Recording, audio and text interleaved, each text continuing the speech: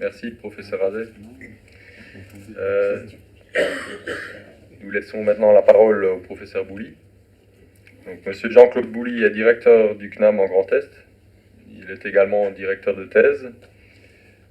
Monsieur Bouly fera suivre son allocution d'une présentation de Fit Up, donc les formations supérieures, et en particulier Bac plus 4 à Bac plus 8 du CNAM en Grand Est. Vous avez la parole, professeur. Merci bien.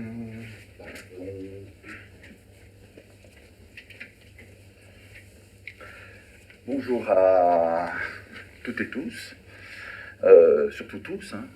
Il faudrait un petit peu qu'on ait aussi des femmes ingénieures.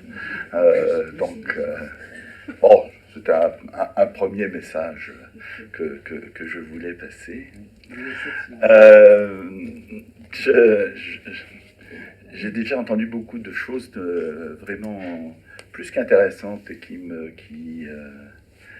me font un peu changer ce que j'avais envie de dire là ce matin. Mais donc, je vais, mais comme d'habitude, un peu improviser mes propos.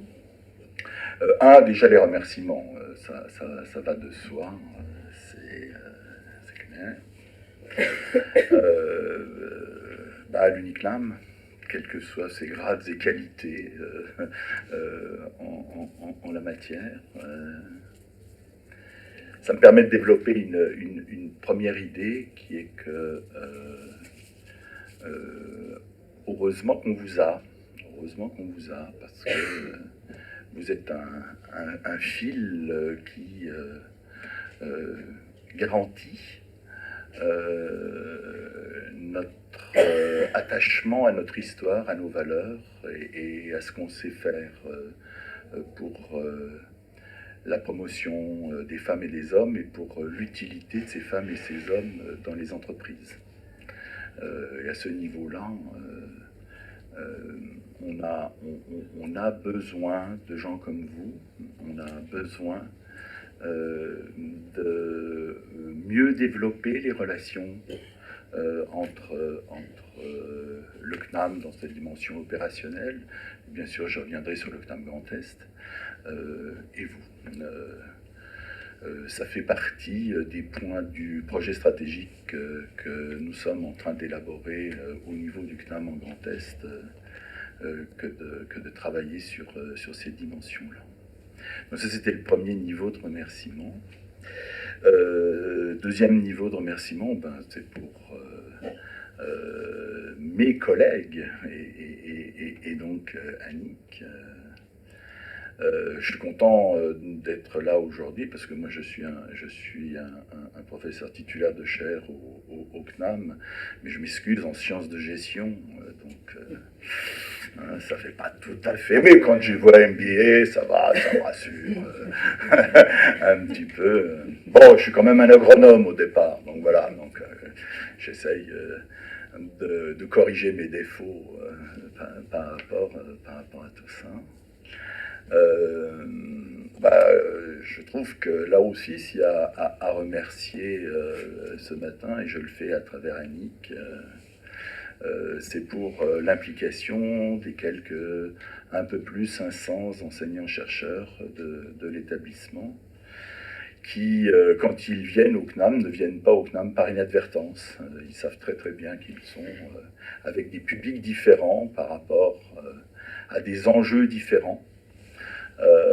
Et je pense que vous avez su, autrement vous ne seriez pas là ce matin, apprécier cette différence. Et je tiens à travers Annick à les remercier pour leur implication.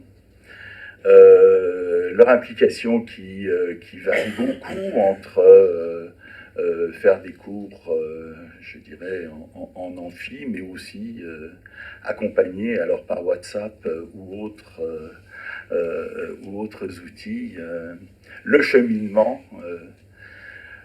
de chacun des auditeurs du CNAM, puisque nous avons la fierté de les appeler comme auditeurs du CNAM. par rapport à ça. Même si le mot est quelquefois contesté, ici ou là, n'est-ce pas, mon cher ami, par rapport à ça. Je vais faire aussi encore un petit remerciement, mais plus global, sur les ingénieurs. Vous représentez quelque part le Graal du CNAM. C'est la personne qui, dans son premier cheminement de vie, a pas obligatoirement fait des études supérieures et qui, au CNAM, peut devenir ingénieur par rapport à ça. Ça me rappelle, là, on fait actuellement une exposition sur des chemins de vie d'élèves du CNAM en Grand Est, ça s'appelle Ascension, par rapport à ça. Et ces 24 portraits, vous les aurez, vous les avez dans vos sacs, je crois, par rapport à ça. Il y en a un auquel je suis spécialement sensible, c'est Sylvain, et il met dans l'interview qu'on fait « Je n'aurais jamais imaginé devenir ingénieur ». Voilà, c'est son témoignage par rapport à ça, et c'est ça. Donc là, le Graal du CNAM, c'est j'ai un CAP et je deviens ingénieur du CNAM par rapport à ça. Donc là aussi, un merci aux élèves que vous avez été, aux auditeurs que vous avez été, et puis dans votre capacité à pouvoir continuer à porter le flambeau et à le développer. Voilà, ça c'était sur la partie remerciement. Alors après, il faut que je parle de quoi ? Il faut... Ah oui, il y avait CNAM 225 ans. J'ai noté ce qu'il fallait que je dise. CNAM 225 ans, alors on s'excuse, nous c'est 2 ans et 10 mois, le CNAM Grand Est, par rapport à ça, mais quand même 225 ans derrière nous, parce que, pour ceux qui ne le sauraient pas, puis qui viennent d'autres régions, Grégoire c'est nous, hein. D'accord, ok, les autres, ouais, mais Grégoire, c'est nous, il est né à Véo, à côté de Lunéville, par rapport à ça, donc, bon, après il y a un débat entre Lunéville, la Lorraine, Blois, etc., donc il y a un débat, il y a Vendôme, pour être plus précis encore, il y a un débat, mais non, sur... son lieu de naissance, c'est Véo, et sa première chaire de curé, c'est Ambert-Ménil. Donc là-dessus, ça c'est incontestable, attesté, documenté dans les meilleurs livres d'histoire par rapport à ça. Donc le CNAM Grand Est, 1er janvier 2017. Donc 2 ans et quelques mois, 10 mois, un peu, et un peu plus. Belle aventure que le CNAM Grand Est, ça a été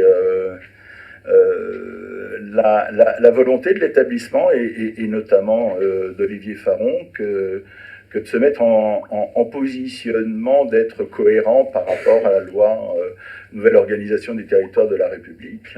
Et donc... on a procédé à la fusion du CNAM Alsace, du CNAM Lorraine et du CNAM Champagne-Ardenne, par rapport à ça. On a fait naître un beau bateau. Globalement, le CNAM en Grand Est, c'est le CNAM le plus important après Île-de-France. En termes d'activité, en termes de surface économique, en termes de nombre et de qualité de collaborateurs et de chargés d'enseignement par rapport à ça. C'est 4500 auditeurs, c'est 120 collaborateurs, c'est 900 chargés d'enseignement, c'est 14 millions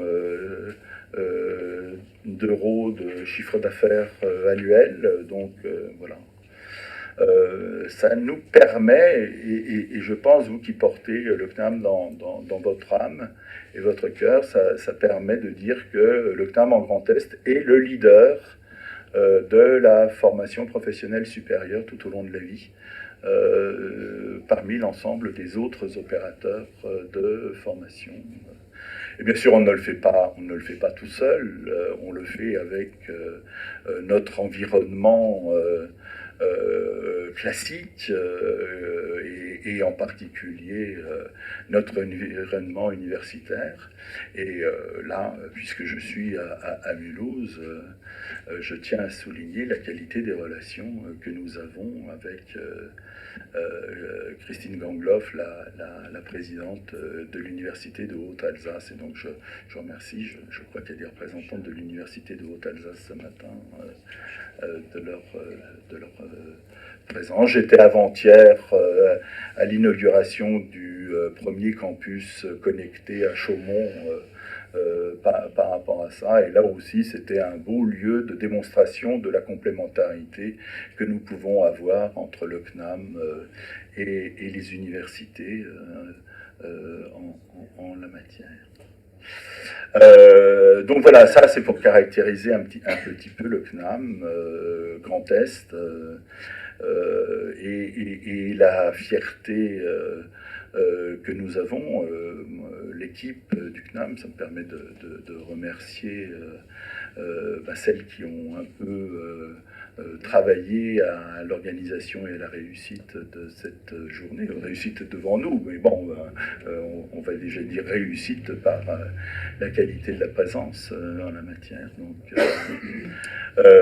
Véronique Pfister, qui est responsable auprès de moi des enjeux de partenariat et des gros projets. Et puis, j'aurais pu la citer en premier, parce que c'est toujours elle que je fais causer en premier à nos comités de direction. Maria, regardez, ça la fait sourire, qui est notre déléguée territoriale sur, allez, on va dire Sud-Alsace, pour faire vite en la matière. Donc voilà, ça c'était la séquence, après remerciement, ça c'était la séquence le CNAM Grand Est.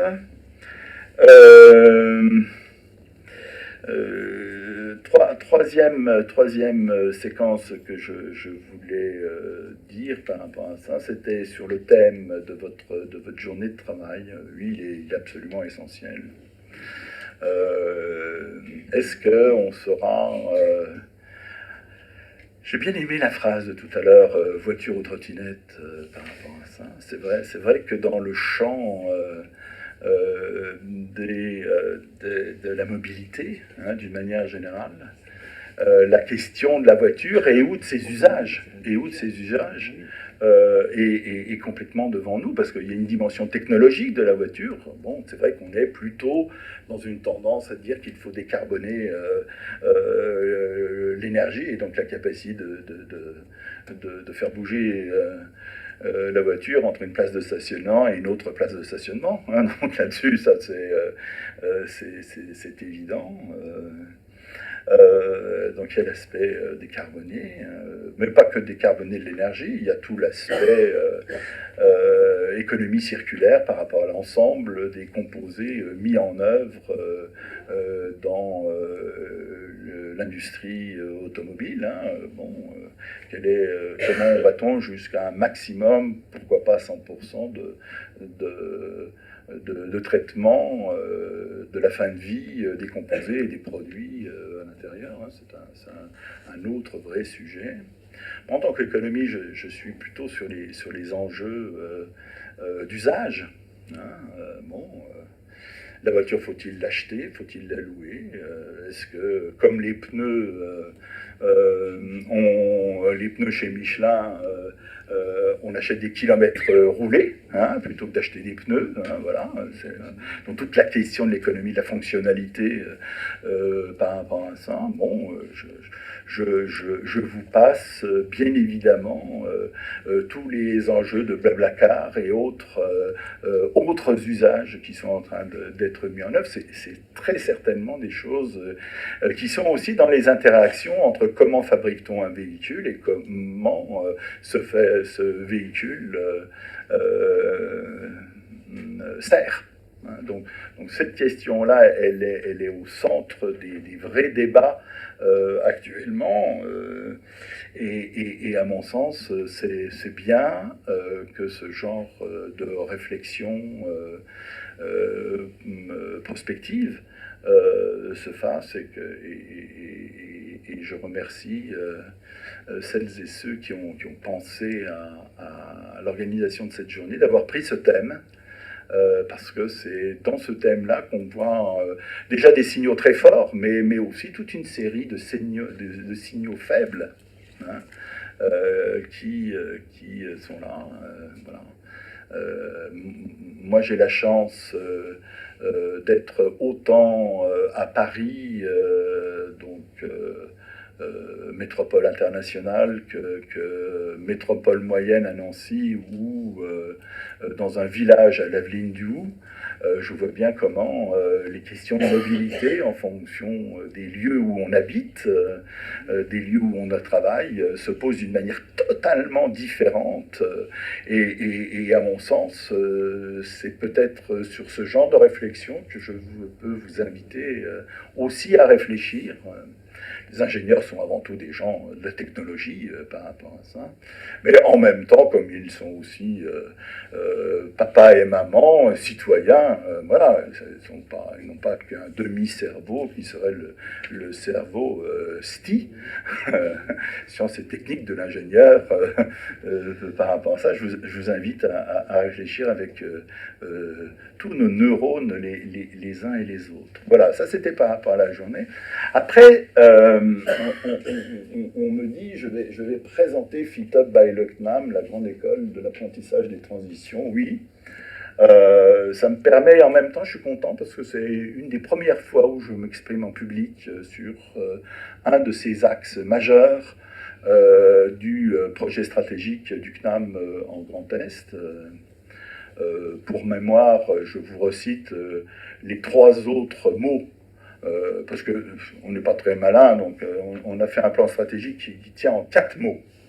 Hein, et ceci, ça doit nous occuper de 19 à 23. Hein, alors, on a le temps de savoir ce que veulent dire les mots, de les creuser, de s'apercevoir que c'est couillon parce qu'on aurait pu en mettre un 5e ou un 6e, hein, et puis s'apercevoir dans 5 ans que, ah bah zut, on en a fait quand même que 2 ou 3 parmi déjà les 4 mots. Hein, donc voilà. Bon. Le premier mot auquel je tiens, et j'ai démarré par ça, c'est le mot ascension. Hein, c'est le mot ascension parce que c'est notre métier de départ, la promotion sociale. Hein, voilà. Bon. Continuer à être un outil pertinent offert à toutes les Françaises et Français pour progresser dans la vie. Hein, voilà. Donc, pour nous, c'est le cœur du métier. Par rapport à ça, c'est notre cœur historique. C'est un cœur qui est un petit peu remis en cause, faut être clair. Hein, c'est plus aussi simple que quand il y avait une délégation de compétences aux régions et qu'il y avait du financement associé pour permettre que ça fonctionne. Hein, j'ai cru comprendre qu'on avait des amis qui venaient d'Auvergne-Alpes-Rhône-Alpes par rapport à ça. Vous savez ou vous ne savez pas, mais la région a décidé de ne plus financer du tout la promotion sociale, par rapport à ça. Nous, on a encore beaucoup de chance en Grand Est, parce qu'on a une région, ça me permet de les remercier à travers ce propos, qui est encore très proactive sur les financements de ce mot ascension. Donc voilà. Je pense que voilà, je refais un point. Ça me permet de refaire un autre point immédiatement. Vous me jetez à quelle heure? Ça va, je peux encore... d'accord. Non, parce que je vois quelques sourires entendus, en particulier des gens qui ont l'habitude de travailler avec moi en permanence. problème avec Boullis, c'est que de temps en temps, il a un peu de mal à chauffer au démarrage de ses discours, donc voilà, donc on a l'impression qu'il est... Mais alors, une fois, alors, un diesel parfait, hein, moi, une fois qu'il est chaud, vous ne l'arrêtez plus. Alors, quand vous en avez vraiment marre, mais d'habitude, je vois, parce que quand ça commence à gigoter sur les chaises, je me dis, Jean-Claude, il faut que tu trouves une manière ou une autre pour terminer tes propos, donc voilà, bon. Où est-ce que j'en étais? Oui, je disais que j'allais faire un truc, je parlais de promotion sociale, je parlais aussi d'alternance, hein, parce qu'on va en parler, hein, on voit bien, et c'est vrai notamment chez vous, que entre le CNAMien canal historique, et vous êtes les uns et les autres un peu quand même du canal historique, par rapport à ça, si j'en juge à la couleur moyenne des cheveux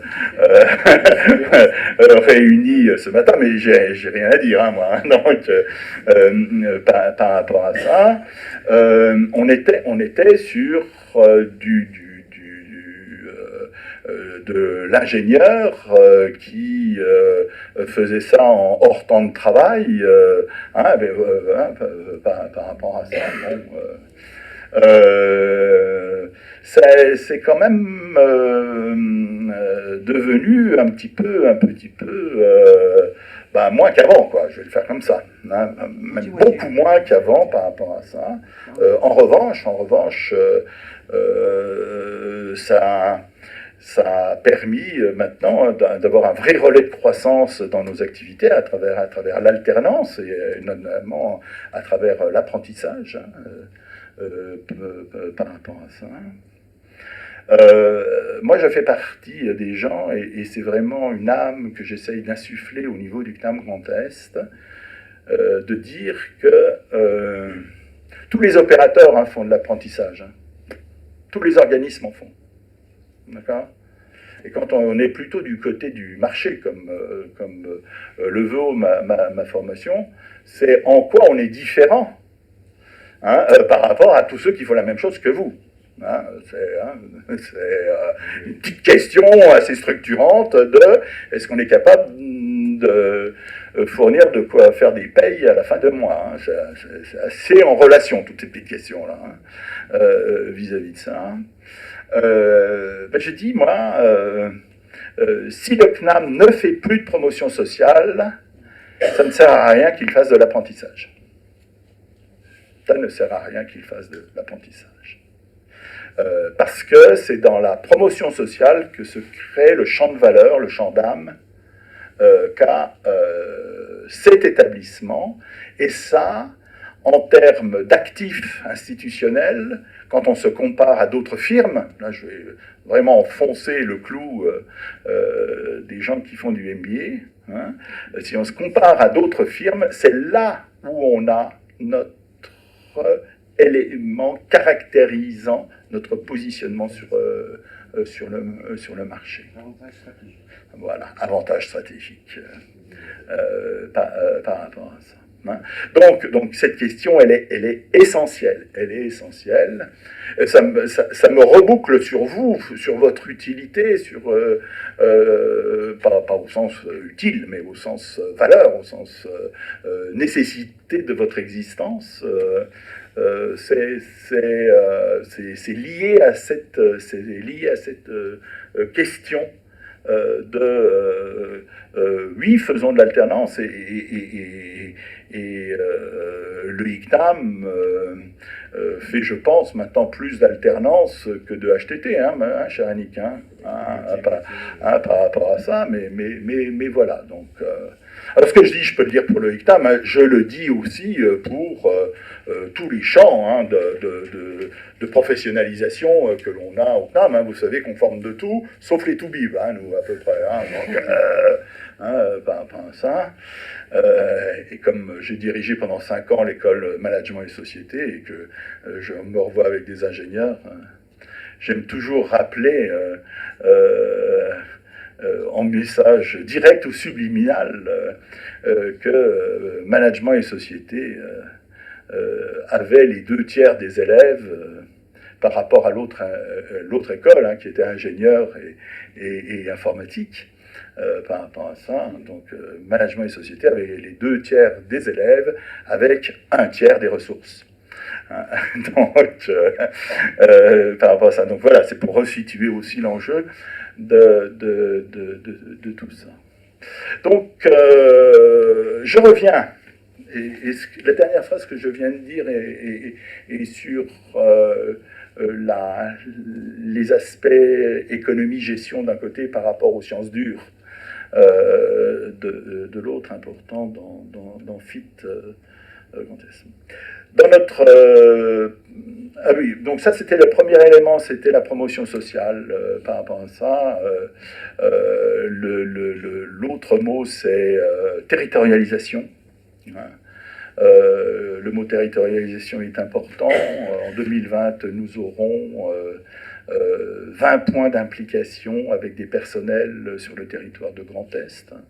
Nous ouvrons actuellement 13 nouveaux centres, plus 2 délégations territoriales sur Grand Est, ce qui fera très probablement le maillage le plus dense.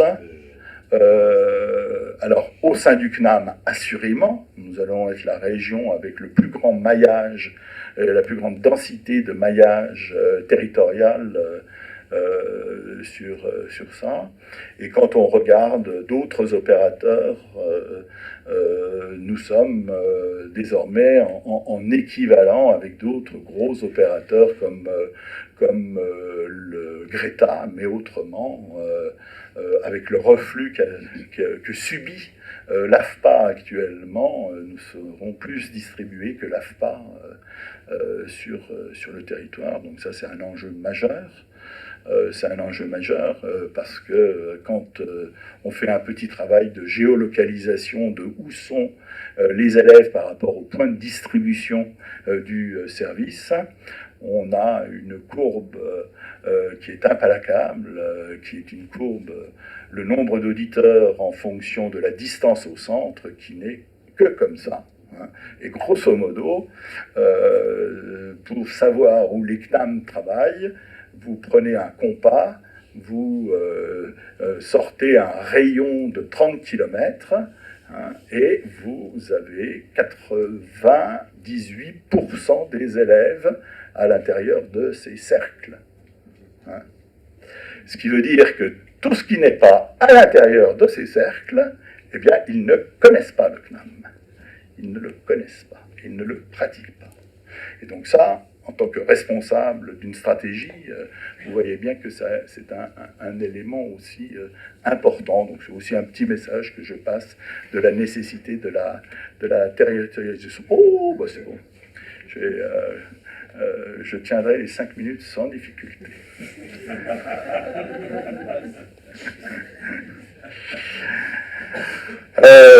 Oui, dernier élément, donc les FIP. On a, nous ici au CNAM Grand Est, on a 7 sections d'apprentissage d'ingénieurs par cette filière.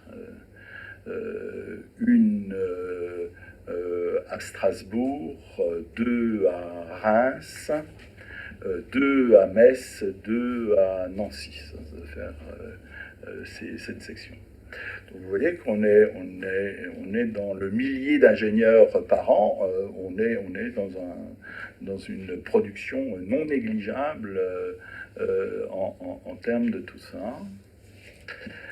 La réflexion qu'on fait par rapport à ces 7 filières-là, c'est qu'on est quand même un peu percuté par ok, on va former quand même plutôt des jeunes, on a un apprentissage quand même par rapport à ça. Donc, on va former des gens à des métiers qui n'existent pas encore.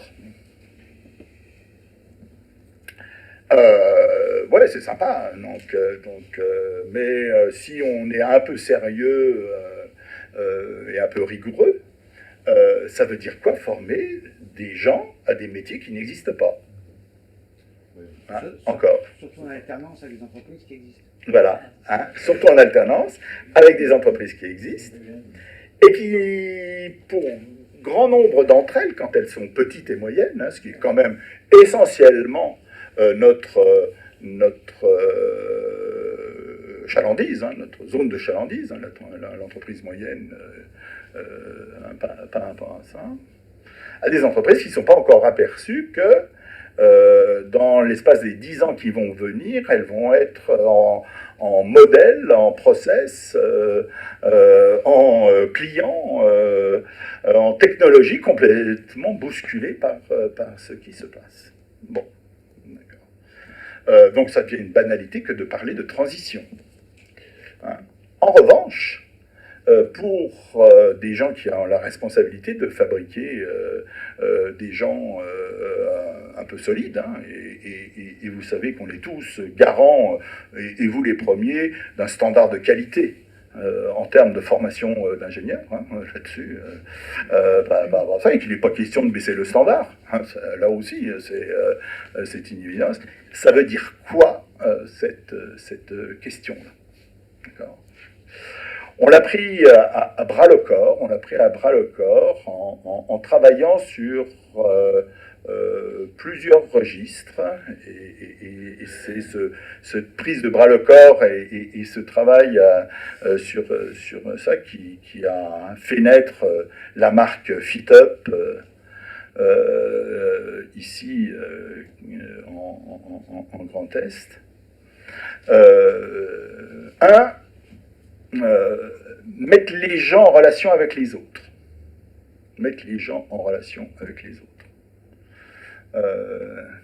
On ne peut pas parler de transition énergétique si on ne parle pas de transition écologique, et si on ne parle pas de transition numérique, et si on ne parle pas de transition sociétale en même temps.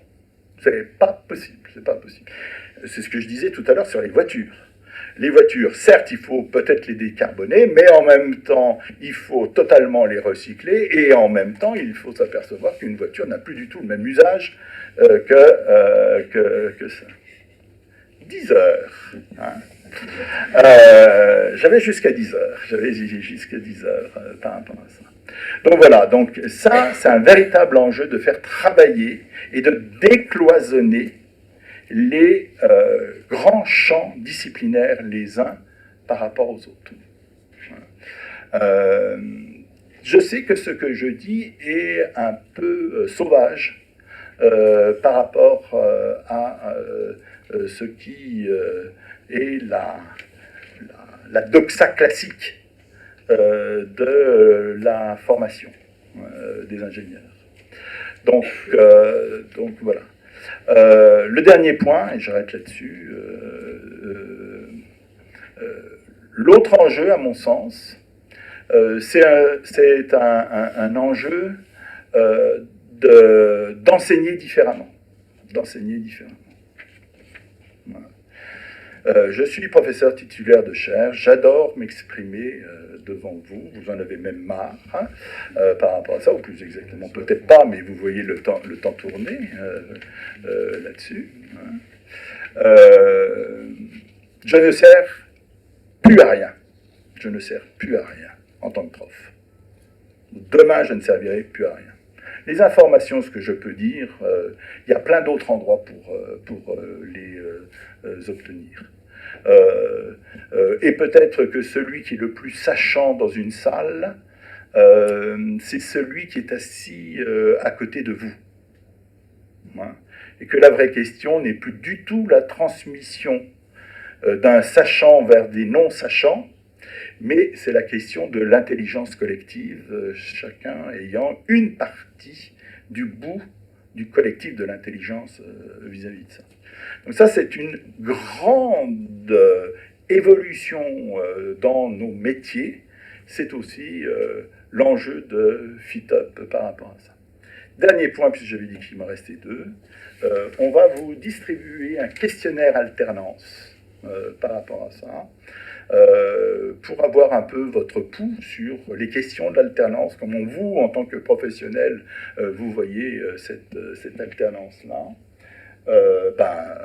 Merci d'apporter votre contribution à notre éclairage. Merci.